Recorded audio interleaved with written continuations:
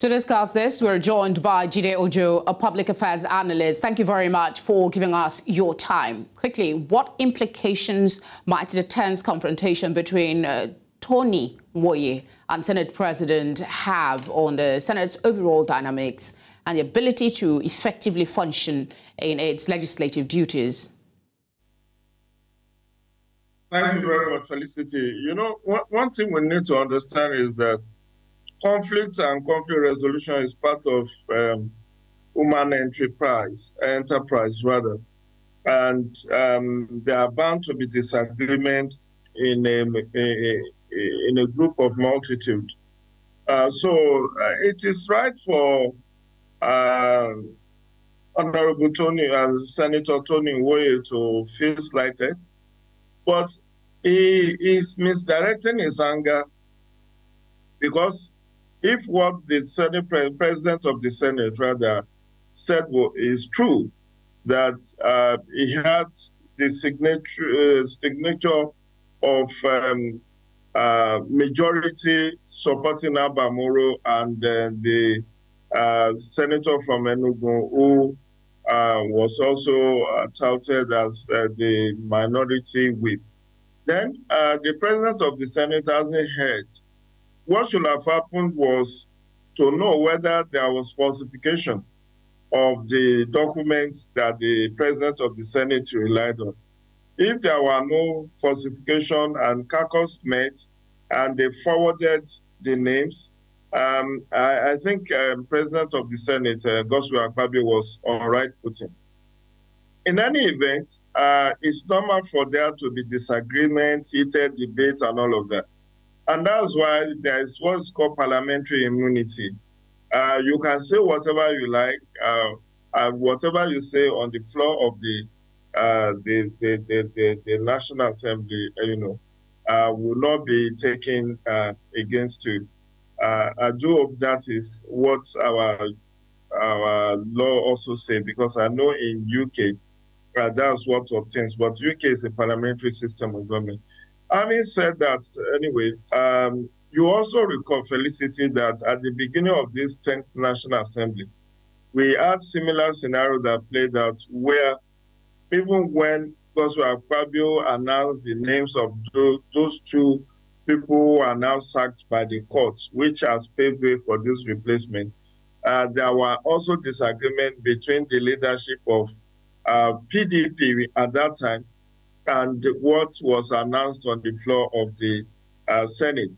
I recall that PDP at that time was rooting for Aminu Tambuwa to take the position of the minority leader. But eventually the senator from Plateau State was announced as the minority leader. So this issue of conflicts in terms of leadership appointments in the National Assembly is not altogether a novel idea.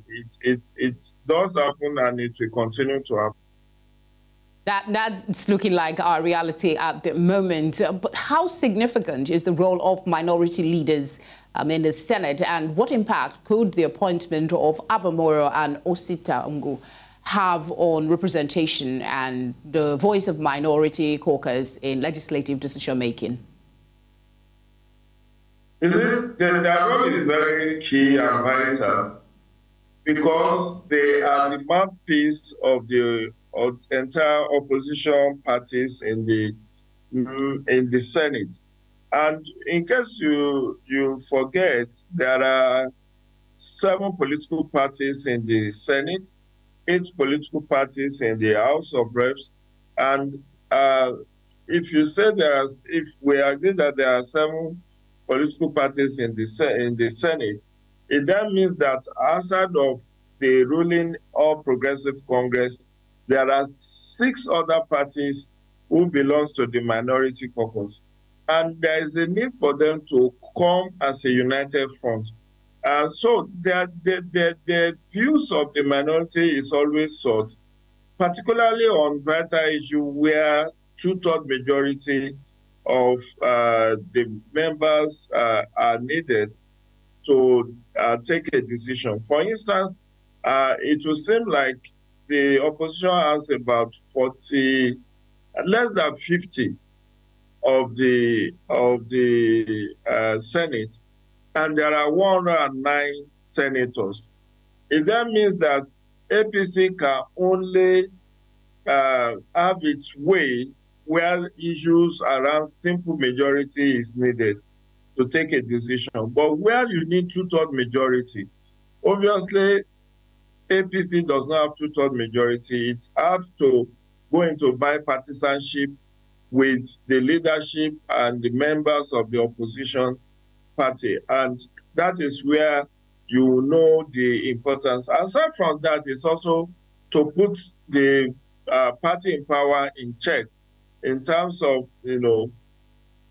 raising issues, holding them to account.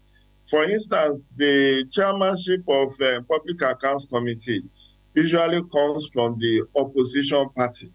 And you know what how important Public Accounts Committee of any parliament is. It's a very powerful position because it's like the auditor of the Senate or the House of Reps or the House of Assembly, who audits, who looks into the financial report, who look into many other things that have been done. So the minority whip and minority leader, particularly the minority leader, is the rallying point, is the one that coordinates the activities of all the political parties that are in the minority. And what played out on the floor of Senate today is the tyranny of the minority, tyranny of the majority party in the minority caucus. It sounds contradictory, but the explanation is this. PDP belongs to the minority party in the Senate and House of Reps. But even as they belong to the minority, they form majority of the minority caucus of the minority groups, which is why, according to President of the Senate, if majority of the members of the minority caucus have endorsed a particular candidate, then that candidate will have the minority, the majority party in the minority caucus will use its own numerical strength to gain an advantage. That's why PDP was able to pick those two positions. You're making so many important points that I hesitate to interject. But let's quickly take this video, a response of the Labour Party representative, and then I'll come to you. That's on at the floor. Are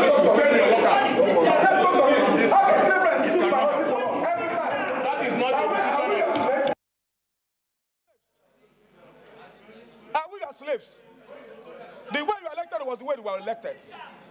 Are we your slaves? How else you can suspend me here? Are we your slaves?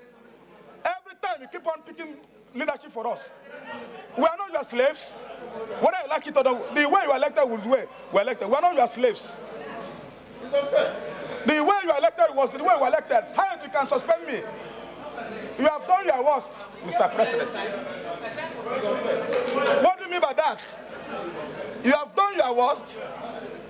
You have done your worst. You have put us to the wall. Thank you. Yes, we'll start with that. Meaning what? Meaning what? Meaning what? All right, we need to play that to get your thoughts, because the tone, the language was, some would say, very angry. How would that impact relationship going forward, really? That is using what is called unparliamentary language on the leadership. But you need to understand that the man is obviously boiling over because he felt his party, which is the Labour Party, has been shortchanged. And it is a justifiable reasoning because of the two positions that the opposition parties lost to election tribunal ruling. The former occupier of that Senate minority whip position was held by someone from Labour Party. And the position of the minority leader was held by someone from PDP. The assumption of Labour Party is that if both parties have lost two positions, equity, justice, and fair play demands that the replacement should also be from Labour Party for the position of minority chief whip. However, the tyranny of majority within the minority caucus, which I alluded to earlier, played that because PDP has the number and can use its majority position within the minority caucus to railroad its way. And the blame should go to PDP members for not conceding.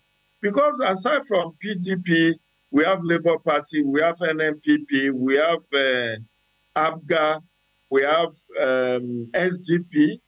There is also, which other party now? I've mentioned about 4 or 5, aside from PDP and Labour. So NNPP, SDP, Labour, the PDP, and ABGA, they are all there.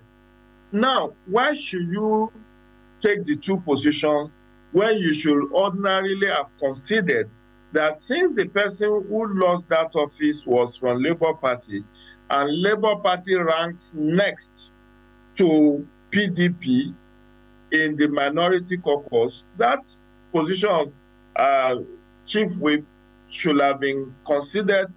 It's a concession, because if you go by voting, PDP will have all the positions for the opposition party. But they need to play politics of equity, justice, and fair play. But it is wrong for Senator Tony Nwoye to have alleged that it's the president of the Senate that is imposing candidates on them. Unless he has it on good authority that the document that was relied upon by President of the Senate, Godswill Akpabio, was a fraud document which did not emanate from the minority caucus. But it's a bit confusing, Jide, because if I'm listening to what you're saying, it's almost like, I'm not expecting a follow-up though. It's almost like on the one hand, you can vote, but on the other hand, decisions can be made using political consideration. This conversation will continue, I'm sure, in the coming days. Thank you very much, Jide, for your time. Have a good evening, Felicity. You too.